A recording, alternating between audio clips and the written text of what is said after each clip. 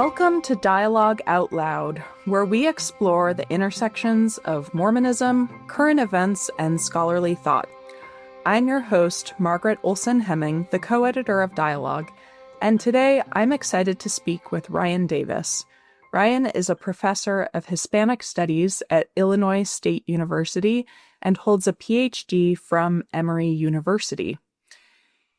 In the field of Mormon studies, his published and forthcoming work explores missionary athletes, missionary bands, and Spanish Mormon westerns. He is currently writing a book about representations of Mormons and Mormonism in modern Spain. Ryan, welcome to the show. Thanks for having me.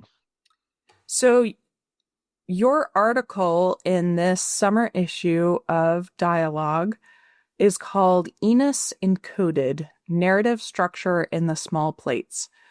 When I read this essay, I was really struck by the question I think you're posing throughout, which is, what if the Book of Mormon's most powerful teachings aren't in what it says outright, but what it delays saying? I think you flip the script on how we read scripture, showing how Nephi and Enos don't just receive revelation, they shape it and they frame it, and they actually use it kind of to their own ends to claim authority. For those who are not familiar with your article and its arguments, would you please share with us your thesis and a summary of your piece? Yeah, thank you. So, as a literary scholar, I'm interested in reading stories, right? And so my argument kind of takes place at two levels, but the most straightforward way to explain it would probably be to say, why is it that people continue reading a story when they pick it up? When we pick up the small plates, we begin with the story that Nephi tells us. And in the very first chapter of the Book of Mormon, he introduces this figure that his father has seen. But he doesn't tell us who this figure is. He mentions 12, but we don't know that these are the 12 apostles. Mm-hmm. There are a lot of questions that he opens up for us as readers. And that naturally drives us to want to continue reading so that we can kind of satisfy our desire to have knowledge about who this figure is and where he fits in the story. And so that drives us to kind of continue reading the small plates. The mystery is, in fact, resolved as this figure is first associated with the Messiah and then Christ. And today, we often assume automatically that these are the same figure. But it wasn't necessarily the case it's not necessarily the case in the small plates, right? The language of Messiah gives way to the language of Christ from 1st to 2nd Nephi. Anyway, so as you're reading the story, you have a desire to answer the questions that Nephi implicitly raises. And we come to identify this figure with Christ. So that's where we get when we read from the beginning. But when we get to the end, we find this really interesting language by Jerem and Abinadom. They say that what Enos has written is sufficient, or suffices me. And so they're pointing to Enos and his experience and what he has written as somehow significant narratively. And given that if we assume narratives to be coherent wholes, there must be some sort of relationship between the way a story starts and the way a story ends. What I set out to do in this article was to try to connect those dots. What does this figure at the beginning of this story have to do with what Jerem and Abinadom have said about Enos and his experience at the end? And so on the one hand, we have a desire to answer the questions about who this figure is.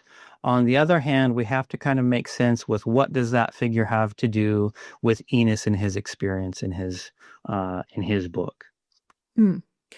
Okay, so you're setting apart the small plates and seeing a narrative unveiling of Christ starting at the beginning and connecting through to the end with Enos, correct? Yes. So in that case, you're treating the small plates as a coherent narrative whole, despite the fragmentary structure and the multiple authors. It's sort of a running joke, but there are multiple places through the small plates in which it's just kind of a handoff, and they say, here I am, nothing really happened, on to the next person. Um, so I'm kind of wondering, what theological and interpretive risks do you see in assuming coherence where the text itself seems discontinuous? And how do you weigh those risks against the insights gained by doing so? Yeah. That is a wonderful question. And um, I'm fully cognizant that others will have nothing to do with the assumption that the small plates can be read as a narratively coherent or a coherent whole. Um, and I address this a little bit in the article. My point is simply, or I would respond as follows. One need not read the small plates as a coherent whole. And in fact, there are some really wonderful insights that are gained from scholars who don't. My point is to begin with a question. What happens if we do, in fact, read it as a coherent whole? Mm-hmm. Um, it does seem that there are clues in the text that the small plates are understood to be this kind of this singular element. Mm-hmm. Um, it may have multiple voices. In fact, it does have multiple voices. There are all sorts of kind of complications as a text that we find in it. But let's just go out on a limb here and read the small plates as if they were a coherent whole. Um, in a certain sense, they're kind of presented to us in that way. Nephi talks about the small plates. Others in it refer to them as this coherent whole. They may well be narratively complex, but there's nothing stopping us from doing that as an exercise, a thought exercise, even if you want. And so, if we do that, what kind of insights might we find? And as I lay out in the article, I think there's a really productive relationship between the way the small plates begin and the way the small plates end. In other words, there's some sort of fundamental relationship between the figure that Nephi introduces and Enos's experience at the end.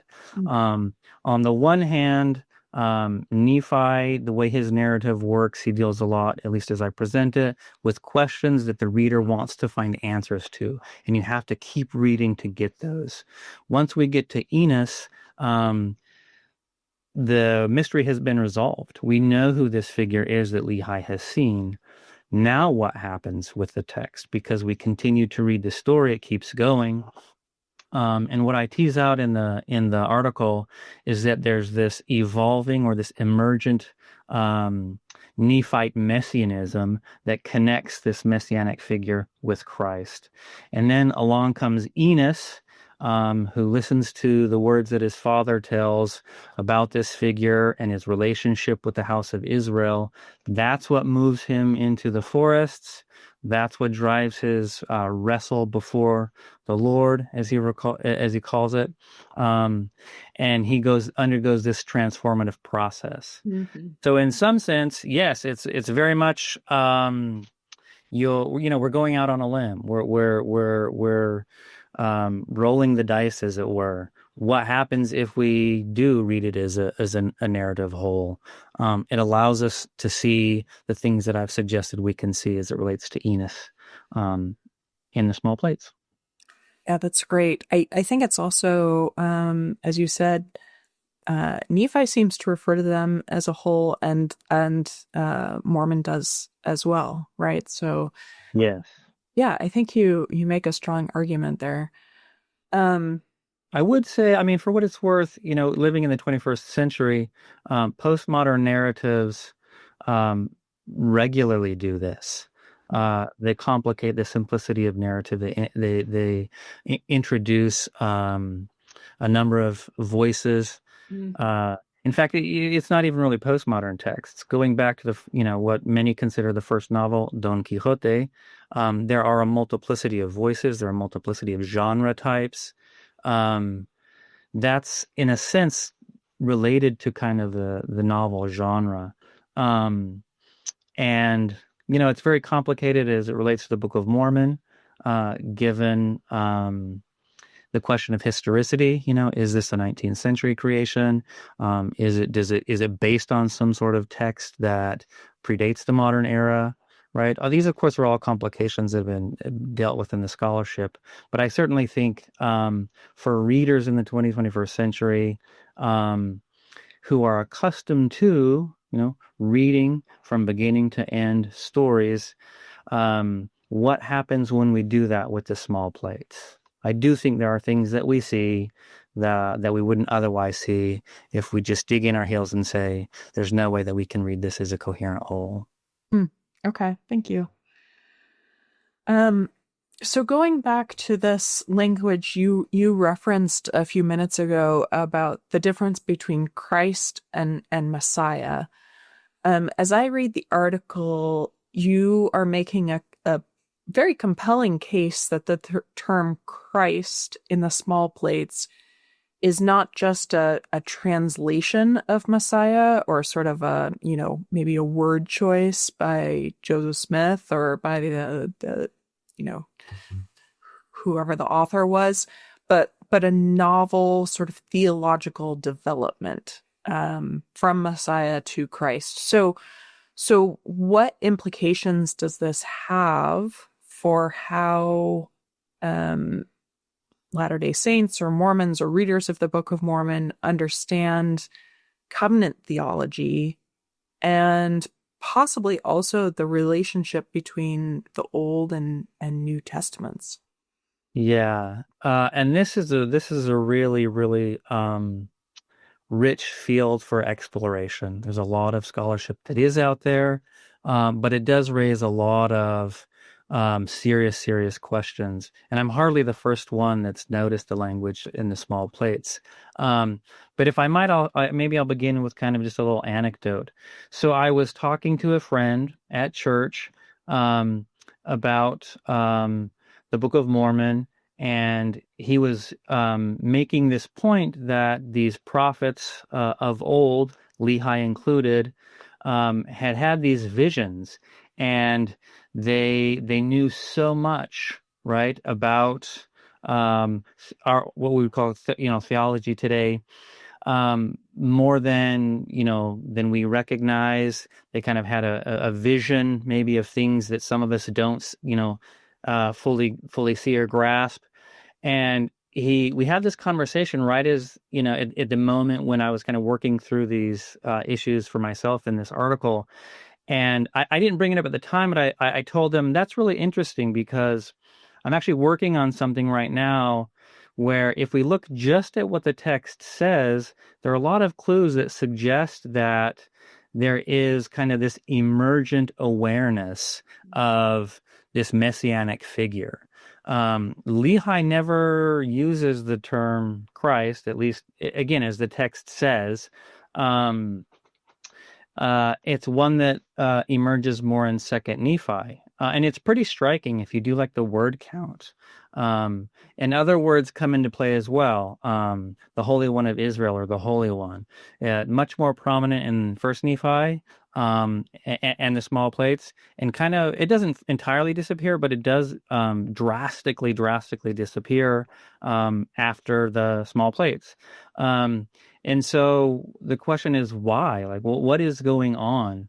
One of the readers for my essay pointed this out and suggested, you're treating these two as if they mean something different, but they're like, one is Hebrew, one is Greek. They just mean anointed one. They're interchangeable.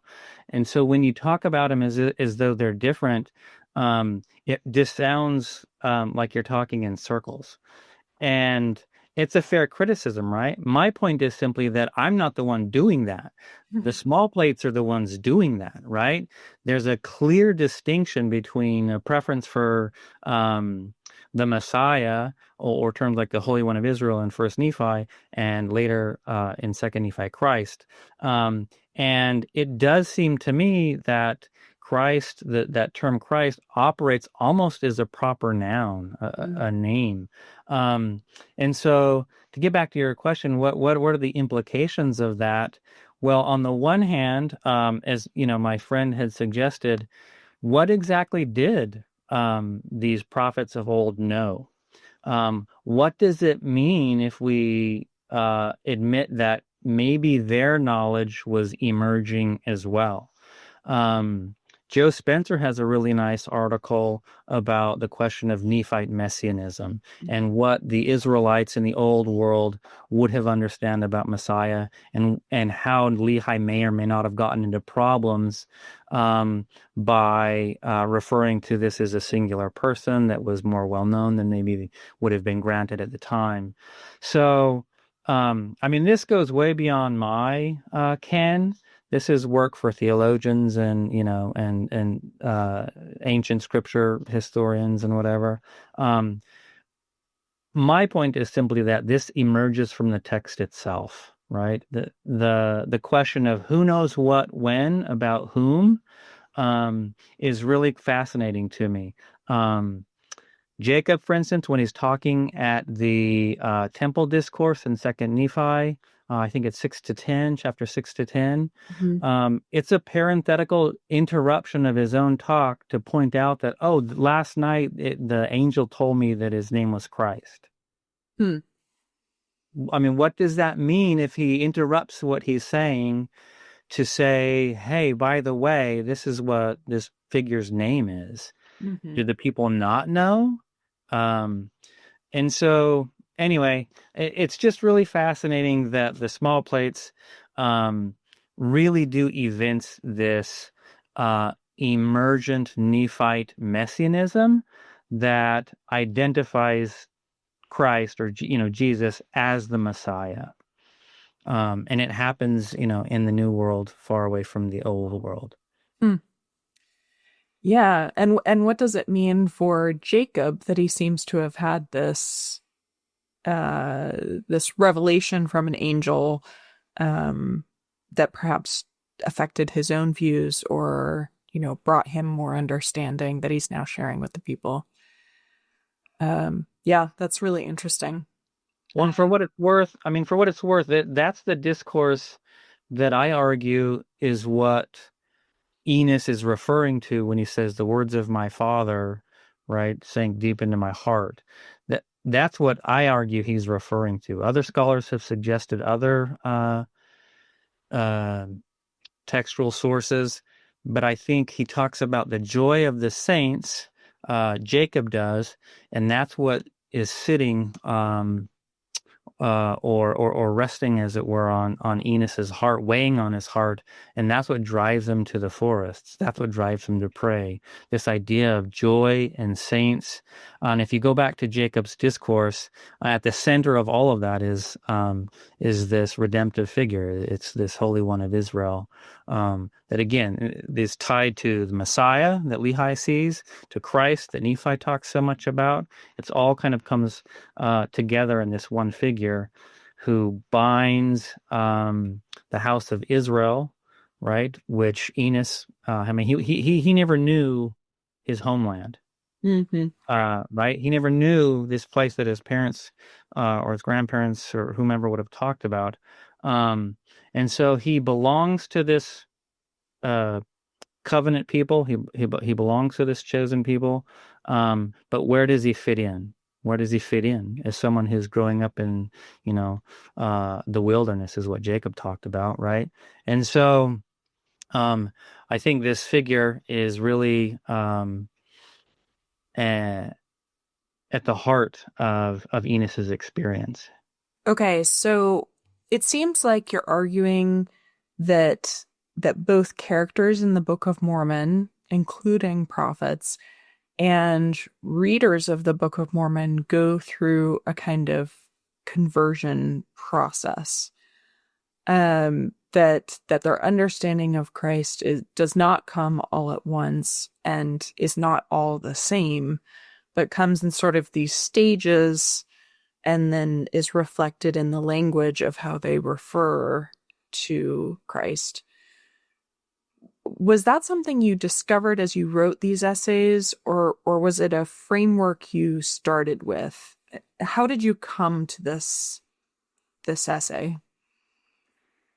Um, I think it must have, certainly it would have emerged as I'm reading this, right? Is I'm trying to make sense of how can we read the small plates as a coherent whole, a coherent textual whole. If we're going to do that, um, what does that look like? And I just have, I mean, I must have noticed that Nephi presents implicitly all these questions. And as the Nephites themselves, or the Lehites initially, and then maybe later the Nephites, as they experience this emergent understanding of messianism, we're kind of accompanying them as we read the story, if that makes sense, right? So as they're growing in their knowledge of this messianic figure, of the identity of this mysterious figure that Lehi sees, um, we too are almost narratively along for the ride, if Mm-hmm. that makes sense. Um, there's a line in the essay where I talk about how the small plates are meta, right? So Right. there's like this parallel experience, right? Right. And I guess I'm wondering how much of that do you think is intentional with an overall structure of the plates, and how much of it is this is just the story that evolves as people come to know, get further revelation. Yeah, and no doubt the answer to that question, I would imagine, would depend on any number of assumptions you might make as a reader. Mhm. So if you accept that Nephi and Lehi were historical figures, right, that lived a long time ago, that were a people that were becoming a Christian people long before Christ ever came, um, then I think you read the text one way, right? If not, and it's, if you kind of take the Book of Mormon as simply a modern construct, then I think you read it a different way. And no doubt between those two poles, there's an infinite number of ways that one could read that, right? All I can say is that if you take the text and maybe this is where people would have problems. I was about to say, if you take the text at face value, right? If you just take what the text tells you, um, and again, people would say, well, hold on, already we've got problems. What do you mean when you say the text, right? Um, Joseph claimed it, was a translation from these plates or whatever. All we have access to, at least, is what we call the Book of Mormon today. Um, and when we read that, there are plenty of textual clues, right, that would suggest that there was a very intentional editorial hand, probably more than one editorial hands, no doubt. Um, and so, on the one hand, yeah, I do think there's very much intentionality. Um, some of some of the impact of what is written, though, is, I think, a function of language itself. Uh, and some of that will perhaps be reflective of what the writers would have wanted or would have tried or were trying to say. Okay. Yeah, that's fair. I really appreciate a literary reading of scripture. You are definitely employing that approach. But I'm wondering if some readers would wonder if digging into the storytelling structure of scripture feels a little risky. And and what would you say to people who are nervous about reading the Book of Mormon this way? Or why does it matter to look at how the story is told and not just what words are on the page? Yeah. Oh, so many ways to answer this. It's such a good question. I think I point out at one point in the article that modern readers, but by which I mean any of us who are alive today, almost by default, I would be willing to assume once we start reading the Book of Mormon, anytime we hear Messiah, we automatically think of Jesus. When we read Christ, we automatically think of Jesus, right? We read it as Christians, right? Who are living at a time when the world has seen 2,000 years of Christianity, right? Or if you're of this particular persuasion and you believe, that Jesus was the Christ, from the foundation of the world, then Christianity has been around since the beginning, right? Not just the meridian of time, as the scriptures talk about it. And so it's, on the one hand, I understand that people are going to read it through that lens. At least for me, one of the things that I got out of this was a greater appreciation for the people, Lehi, his family, who were asked to do some really, really hard things, right, with limited amount of knowledge. It doesn't bother me in the least if Lehi didn't have maybe a complete understanding or a full vision, right? I think there's something quite humanizing about recognizing that all of us grow, right, in our knowledge. And I think it renders kind of a three-dimensionality to them as people, right? I don't have to have all the right answers to all of the questions before I go through the messy work of living life. And I think that goes for reading scriptures as well, right?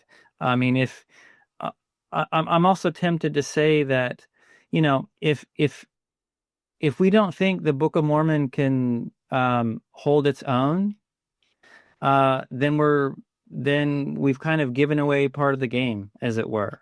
I mean, if those in the faith believe it to be, divine, then I have no problems that it can withstand all of the readings that we could throw its way, right? And not only that, I think it's a text that the more you read it, including literarily, the more it gives you. And I mean, it's quite fascinating. I've just grown immensely in my appreciation for it, because of how much it rewards reading and rereading and rereading, and wrestling with it immensely, right? And looking at it through this lens or that lens. Yeah.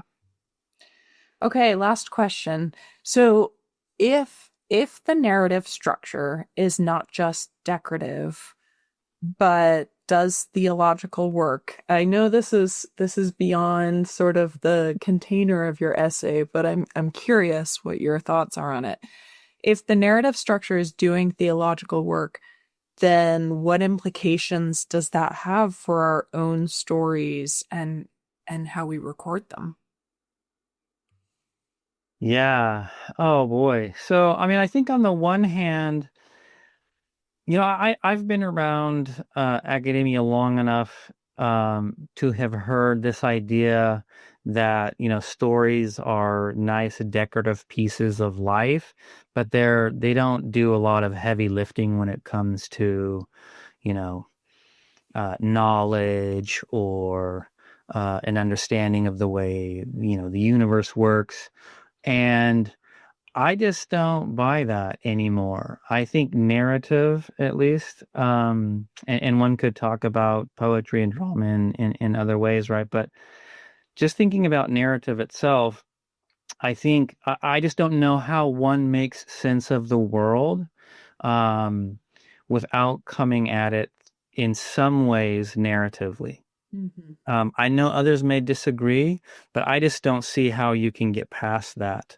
Um, And so, on the one hand, narrative is a tool that we have to make sense of our lives, to make sense of the world, to make sense of essentially everything that we see. Um, and So that's the first part of the answer. The second part is, I mean, how do you contain divinity in the vessel of language, or the vessel, any vessel that we have as humans, right? In all of our limitations. I don't know how you can, right? And yet, it's a tool that we have, but at least for me, it's always gesturing me beyond. And so when I read the scriptures, I value immensely the formal elements, right? I think it matters immensely how stories are told. But it's always kind of a double-edged sword, right?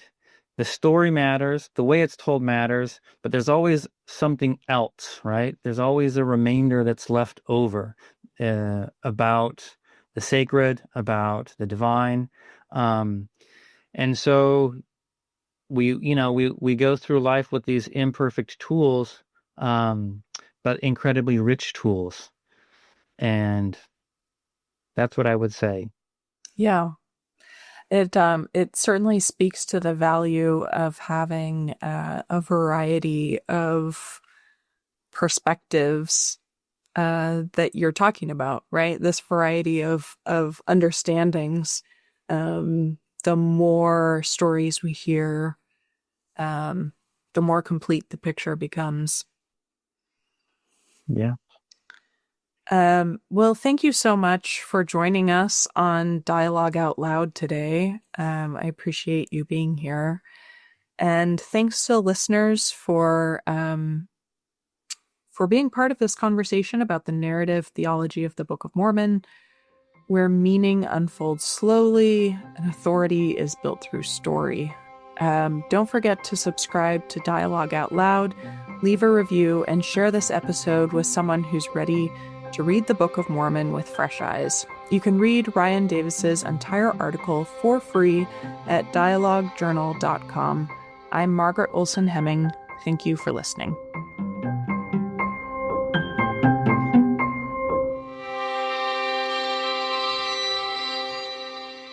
Greetings, my name is Rebecca DeSchweinitz, and I'm thrilled to serve as a board member at the Dialogue Foundation and as one of the hosts of Dialogue Gospel Study. In each episode, which we record live the second and fourth Sunday of every month, we welcome esteemed speakers from a variety of backgrounds to share their insights and perspectives on the Come Follow Me lessons.